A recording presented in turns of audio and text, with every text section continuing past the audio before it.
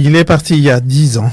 Papa Wemba nous a laissé quand même des trésors. Prince est avec son invité, Monsieur Christian Moleka.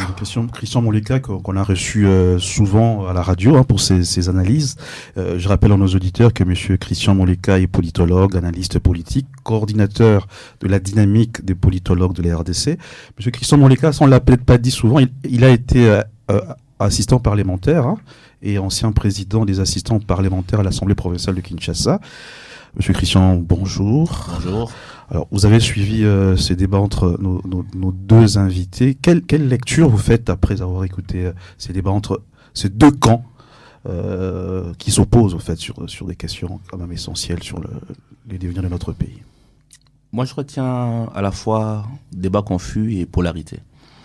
Débat confus parce que la Constitution est révisable. Elle prévoit elle-même les conditions de sa révision. Elle prévoit également ce qui ne peut pas être révisé. Et donc, on ne devrait pas faire des débats si l'on veut, en principe, modifier la Constitution dans les termes que la Constitution elle-même a définis. J'ai par exemple entendu un débat sur la retenue à la source, un débat sur les élections au niveau provincial, un débat sur la... Ce sont des questions qui n'appellent pas débat, c'est-à-dire un parti politique qui estime pouvoir, par exemple, changer un mode de scrutin, bien amène la loi, en disant voilà, l'article 44 pose problème pour telle et telle raison, voici celle que nous amenons comme proposition et nous discutons du fond. Vous allez remarquer que durant tout le débat, on n'a pas eu d'article sur lequel on a discuté. Par exemple, nous estimons que tel article pose problème pour tel aspect et tel autre, et nous voulons proposer en proposant ceci. Là, on aurait eu un débat plus ou moins sain qui permettrait à l'opinion de se former une idée claire sur ce que nous voulons faire. Mais lorsqu'on est dans des conceptions génériques, c'est-à-dire la Constitution, soit elle est bonne, soit elle est mauvaise, soit il faut la changer, ainsi de suite, on n'est pas dans un débat rationnel qui permet à l'opinion de se former une idée assez claire sur les choix politiques. Et donc, ça conforte les suspicions, ça conforte la méfiance pour ceux qui pensent que cette confusion est entretenue pour une finalité politique qui est celle de postuler à nouveau pour un président dont la limite constitutionnelle du mandat est définie. Deuxièmement, le grand débat, je crois, au niveau congolais, c'est qu'il n'y a pas une forme de consensus républicain transpartisan sur les questions sur lesquelles tous les Congolais doivent être d'accord. Donc vous allez vous rendre compte que nous avons eu deux Congolais qui au début ont semblé être d'accord sous le regard de la gouvernance, mais dès l'instant où on a touché la question constitutionnelle, eh bien cette logique partisane qui serait que voilà, tout Congolais est d'accord pour le respect du texte constitutionnel, après nous avons des regards différents sur ce que doivent être les aménagements, on l'a perdu, on a eu les polarités habituelles. Et ces polarités sont caractéristiques du débat congolais, radicalité, opposition, pas de point de convergence. Et malheureusement, ça ne nous permet pas d'asseoir un avenir serein. Ça laisse à présager encore la confrontation, les contestations, et puis éventuellement des rapports de force de rue. Et donc, nous allons retomber dans ce qui était les trames de 2015. Et c'est malheureusement de l'aveuglement. C'est-à-dire, nous, Congolais, nous ne tirons pas leçon de l'histoire. Nous sommes dans une forme d'aveuglement, très court-termiste, au gré des intérêts partisans. Il y a quelques années, c'est l'UDPS qui disait ce que dit Palmer aujourd'hui. Et ceux qui sont dans son vol RDC, il y a quelques années, étaient dans la position de l'UDPS aujourd'hui. Et donc, quelques années après, nous avons changé de position. Et dans l'aveuglement total, les mêmes éléments de langage se reproduisent. Ça veut dire que l'histoire au Congo tourne en rond, nous ne tirons pas les leçons de l'histoire, et nous allons refaire les mêmes erreurs. Et moi, je ne serais pas surpris si dans les mois à venir, on va encore revivre les mêmes bégayements de l'histoire, à savoir tension dans la rue, instabilité. Un pays ne peut pas se construire en refaisant les mêmes erreurs, en ensoyant l'instabilité politique comme mode de gouvernance, en créant des crises que l'on règle après par des dialogues, et donc en ayant une gouvernance des crises. Mais un tel pays est voué à l'instabilité, et à l'instabilité récurrente, malheureusement. Et donc, ça n'offre pas des perspectives de stabilité, ça nous replonge dans les années difficiles, ça nous amène vers des crises politiques. Après, peut-être politiquement, il y a un gain pour certains, à savoir rester au pouvoir ou accéder au pouvoir pour d'autres. Mais ce gain-là s'est fait malheureusement au détriment de la stabilité et donc au détriment de l'intérêt du plus grand nombre. Parce qu'on ne peut pas faire de développement sans stabilité, pas faire de la prospective sans stabilité. Et le fait que le Congo soit un pays instable conforte également l'idée d'un État mou qui, même auprès des partenaires, ne nous donne pas une position de négociation favorable. Parce qu'un pays instable, qui reste un pays fragile, eh bien, ne peut pas être un levier à partir duquel on construit quelque chose de solide. Et ça va malheureusement encore conforter nos pays voisins qui se sont toujours positionnés comme des îles de stabilité face à un Congo ventre mou. Et puisque nous sommes un ventre mou, eh bien, les autres auront toujours tendance à construire les intérêts du Congo à partir des pays voisins, qui peuvent être l'Angola, l'Ouganda, le Kenya, le Burundi, le Rwanda, pour accéder aux intérêts congolais, parce que nous-mêmes, nous sommes un pôle d'instabilité. Et malheureusement, c'est très court-termiste, c'est opportuniste, c'est lié à notre culture politique, qui reste une culture attachée à l'homme. Quand j'ai suivi les débats, c'est encore une culture qui croit à un homme messianique, qui change. L'histoire politique a montré que les pays qui sont construits sont des pays qui ont construit des institutions fortes, qui dépassent la durée de vie d'un homme. Mais si nous restons encore à faire un débat autour d'un homme, fût-il messianique, eh bien, nous sommes vraiment en termes de culture politique au niveau le plus bas. Pas de Petouma? Monsieur Christian Moleka parle de consensus républicain que nous n'avons pas. Je pense que vous essayez de le dire au niveau des partis politiques. Où on ne retrouve pas justement au minimum un socle commun qui puisse permettre à un pays de dire nous sommes une république, nous avons comme consensus tels éléments, nos institutions nous sommes d'accord avec et ces institutions-là fonctionnent. Parce que le problème de la RDC, il est aussi là. C'est que ces institutions qui sont définies dans la Constitution, ces institutions ne fonctionnent pas. Vous voulez modifier la Constitution, mais c'est pas la Constitution qui va faire fonctionner les institutions. Les institutions congolaises ne fonctionnent pas. Il y a énormément de décisions qui sont prises et on se rend compte que les députés, ils sont là, ils dorment. Ils n'interpellent pas les ministres ou même je ne sais pas si notre constitution permet d'interpeller le président, mais en tout cas au niveau des ministres, du premier ministre, ils ne sont pas interpellés de manière sérieuse pour venir expliquer et justifier certaines décisions qui sont prises et qu'on y voit des conséquences. C'est-à-dire que les acteurs qui sont au niveau de notre Assemblée nationale ne prennent pas leur rôle à bras le corps. Ils sont encore là en train de considérer que le ministre est plus grand qu'eux. Le député s'accroupit pratiquement devant le ministre. Et donc, à partir de là, il y a un problème de justement, ces institutions-là, ils fonctionnent comment? Parce que les acteurs ne portent pas, l'accoutrement qui convient à leur rôle. Ils comprennent pas leur rôle. Et si les députés, c'est-à-dire les représentants, non-représentants, ne comprennent pas leur rôle, ou en tout cas n'agissent pas pour montrer que l'institution Parlement est un contrepoids de l'institution exécutive. Et ça, c'est un vrai problème. Notre problème, il est là aussi. Vous pouvez changer la Constitution autant que vous voudrez.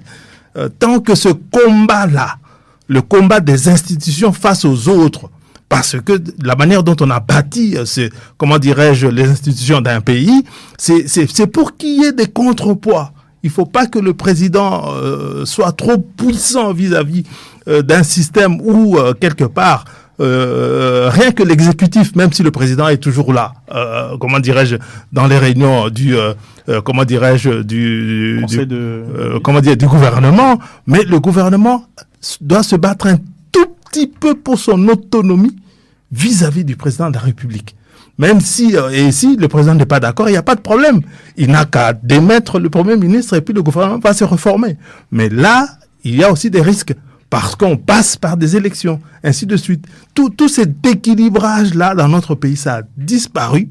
Le président de la République est l'homme fort. Il est vraiment l'homme fort parce que c'est lui qui est considéré par les parlementaires comme le père de la nation. C'est lui qui donne, comment est-ce qu'on appelle ça? C'est comme chez les pasteurs, il a une vision, tout le monde doit être derrière la vision du président de la République. Comment dirais-je, la Cour constitutionnelle, ils sont au pas derrière le président de la République. C'est un sacrilège. Parce que ce sont ces gens-là qui doivent nous dire si la loi est respectée. Et là, je parle pas de la loi ou la Constitution. Si tout ceci est respecté par les institutions, ainsi de suite. Comment allons-nous avancer si tous ces piliers-là de la République n'existent pas? Effectivement, je partage votre point de vue, et les deux d'ailleurs. Le premier sur le pacte républicain ou le consensus républicain. C'est qu'une nation, pour avoir la stabilité, doit se convenir sur les points, je peux dire, fondateurs que tout le monde partage. Et malheureusement, si vous avez un système où à chaque fois qu'un groupe arrive au pouvoir, d'autres sont ostraciés parce qu'ils sont exclus, et que l'exclusion politique devient une forme de gouvernance, vous êtes en train d'asseoir une forme d'instabilité. Ça veut dire que ceux qui sont dans l'opposition aujourd'hui se pensent non pas comme un élément alternatif au système, ils pensent qu'il faut poursuivre et chasser. Comme disaient les co-débatteurs avant moi, poursuivre et chasser. Ça veut dire nous avons déjà en perspective des prochains exilés politiques. Parce que ceux qui sont dans l'opposition pensent en poursuivre et pourchasser. Et donc quand eux ils vont arriver au pouvoir, ceux qui vont s'exiler, eux aussi vont réfléchir en comment revenir en poursuivant et en chasser. Donc nous sommes en train de créer une forme de cycle de l'instabilité. Alors qu'un pacte républicain veut dire, voici les cadres sur lesquels nous sommes tous d'accord, nous avons le texte, vous gérez, vous partez, vous faites de l'opposition, vous avez la possibilité de reconquérir les pouvoirs dans l'espace défini et donc d'agir. C'est ça notre vrai problème. Deuxièmement, c'est, et vous avez raison de le rappeler, ce cycle presque destructeur de l'autoritarisme que nous avons développé. Moi, je dis qu'il y a une forme d'héritage mobussien que tout le monde garde en lui au niveau du Congo. Cette tentation à vouloir avoir non pas des institutions fortes, mais des hommes forts, à vouloir à chaque fois réduire les contre-pouvoirs et à phagocyter toutes les formes d'institutions pour aller vers un pôle qui devienne puissant, que l'on peut appeler présidence de la République ou on peut appeler autre chose. Mais cette manière de fonctionner, c'est ça qui fait que tous les éléments constitutionnels qui servaient de contrebalance au pouvoir sont pratiquement neutralisés. On peut penser au Parlement, on peut penser à la justice, on peut penser aux médias, on peut penser aux partis politiques. Il y a toute une forme d'architecture qui sert simplement à équilibrer. Puisque vous avez parlé de la République, le principe républicain, c'est que la République, c'est un État sans roi. C'est un État sans roi. C'est ça, la République. Il n'y a pas de roi. Et donc, il y a un mécanisme d'équilibre qui fait que personne ne gouverne seul. Le président n'est pas responsable, certes, devant le Parlement, mais le président ne gouverne pas seul. Il est, je dirais, en bicéphalisme avec un gouvernement qui répond devant les parlements. Et ce Parlement-là a la capacité de mettre ce gouvernement. Le président peut dissoudre le Parlement, mais le Parlement peut également attraire le président pour haute trahison. Donc il y a une forme de check and balance, comme on dit, de contrôle, qui fait que chacun a une portion de pouvoir que l'autre n'a pas. Pour déclarer l'état de siège, le président doit convoquer les parlements pour que le Parlement se prononce, et ainsi de suite. Mais si nous travaillons chaque jour à détricoter l'équilibre pour renforcer une sphère qui s'appelle uniquement la présidence, eh bien nous tombons dans une forme de monarchie. Et malheureusement, la tendance chez nous, c'est à chaque fois de créer des monarques. On a tenté de faire de Mobutu le monarque, en pensant qu'un roi du Zaïre, c'était bon. Nous n'avons pas tiré les erreurs du passé. Puis, on a tenté de faire des Kabila un monarque, avec toujours ce que moi j'appelle le mercenariat intellectuel. Ces intellectuels qui sont au service de pouvoir et qui viennent avec des idées tout le temps saugrenues parce qu'ils veulent se positionner. On a tenté de faire de lui les monarques, et c'est la rue qui a permis en 2015 et les pressions de ne pas tomber dans l'erreur. Aujourd'hui, on veut à nouveau faire du président un monarque. C'est comme si, comme je le dis, nous sommes dans un aveuglement et nous ne tirons pas leçon de l'histoire parce que malheureusement, nous allons asseoir les conditions de l'instabilité politique. Et donc, à un moment donné, il faut que nous ayons des hommes politiques qui ont une conscience plus ou moins élevée, qui ont une culture politique assez élevée et qui comprennent que ce que nous voulons en tant que nation. Voulons-nous une stabilité ou voulons-nous un cycle permanent d'instabilité. Ça fait 60 ans que nous sommes dans un cycle permanent d'éternel recommencement et malheureusement, les perspectives nous laissent penser que nous allons à nouveau retomber dans ce cycle d'éternel remaniement. Et donc notre vrai défi, c'est la classe politique, c'est notre élite politique qui n'est pas à la hauteur des défis et des enjeux, parce que dans leur façon de voir les choses, au-delà de leurs propres ambitions personnelles, il n'y a pas un projet plus grand. Et je crois que c'est ça le vrai problème du Congo, c'est d'avoir une classe politique qui n'a pas un projet plus grand que l'ambition personnelle, à savoir gouverner. Et qui n'a pas un regard plus large, qui permet de proposer un projet qui garantisse stabilité, développement et intérêt collectif. Le jour où nous aurons une classe politique, une culture politique qui dépasse à la fois des hommes forts, qui pensent à des institutions stables, parce qu'ils porteurs d'un projet de développement, peut-être qu'on sera sorti du cercle.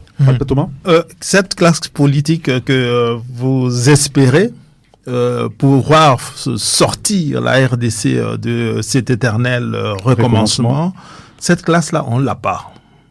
Pour le moment, on ne l'a pas. Effectivement. Alors, quelle est la responsabilité de la population? Vous, moi, lui et eux, puisque nous laissons faire.